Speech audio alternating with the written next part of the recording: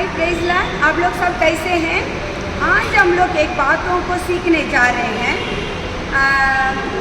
दूसरा राजा 5वां अध्याय 1 से लेके 13वां वचन तक हम लोग देखने जा रहे हैं। उसमें किसके बारे में लिखा हुआ है आप लोग को मालूम है।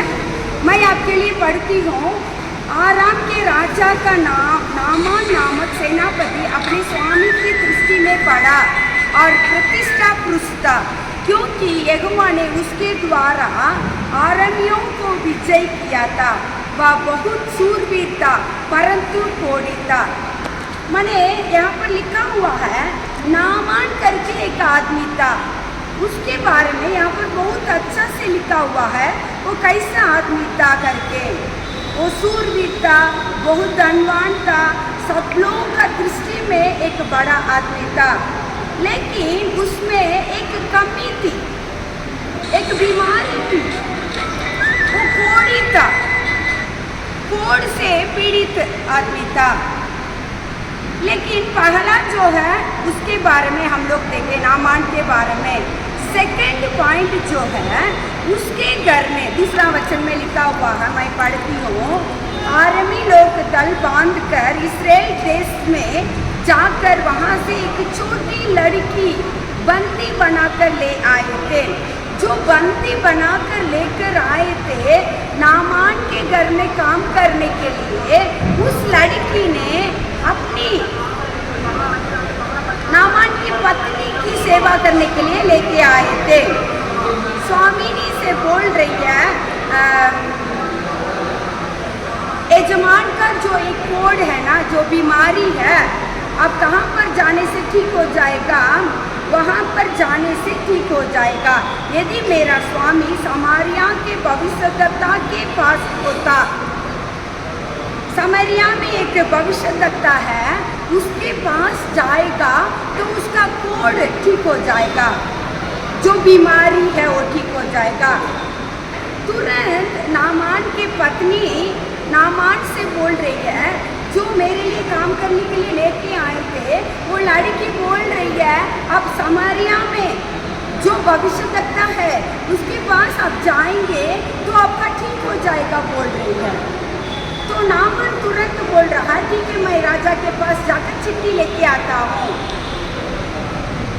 यहाँ पर लिखा हुआ है, तो नामान ने अपने प्रभु के पास जाकर कह दिया, इस्राएली लड़की इस प्रकार कहती है। तो इस्राएल का राजा समारिया का राजा के पास एक चिट्ठी लिखता है, मेरा सेनापति आपका देश में आ रहा है, भविष्यद्वक्ताओं को देखने के लिए आ रहा है करके बोल रहा है। तो चिट्ठी लेकर नामान ने कहाँ गया, उधर समारिया में गया। समारिया के राजा के पास चिट्ठी को दिया।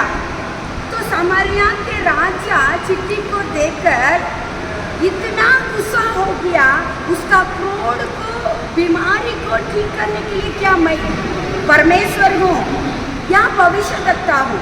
मैं तो कुछ भी नहीं हूँ। अपना वस्त्र को फाड़ दिया। तो एलिया के भविष्यद्वक्ता के पास भेज दिया। मैं आपके लिए पढ़ती हूँ, पास जाकर पत्र भेजो। तब वह 10 चिकर चांदी सब कुछ देने के बाद एलिया के पास गया। वहाँ जाके पूछ रहा है, एलिया भविष्यद्वक्ता कहाँ है? यहाँ पर है। ठीक है, मैं उनसे बात करना चाहती हूँ। ठीक है, क्या है? मुझे ऐसा कोढ़ हो गया है, कोढ़ हो गया है। ठीक है, तो आके एलिया से बोल रहा है, एलिया बता रहा है कि योर्दान नदी में जाकर 7 बार नहाने के लिए बोलो। इतना गुस्सा हो गया नामान ने। 6 वचन 7 वचन में लिखा हुआ है, जब इस्राएली राजा से चिट्ठी पालन किया था तो इतना गुस्सा हो गया, क्या हमारा देश में कोई नदी नहीं है नहाने के लिए? तो नामान का जो सेवक था ना, वो बोल रहा है, यदि वो कठिन काम करने के लिए आपको बोलता तो वो तो जरूर करते, ये तो आसान काम है, करके देखिए। तुरंत योर्दान नदी में जाके 7 बार डुबकी लगाया और सुस्त हो गया। परमेश्वर का वचन को हम लोग सोच करके सुनेंगे, बहुत बड़ा आश्चर्य कामों को हम लोग देख पाएंगे जीवन में। नामान वैसे ही किया। यदि आप विश्वास करेंगे तो आपको भी परमेश्वर आश्चर्य काम कर सकते हैं। God bless you. Thank you.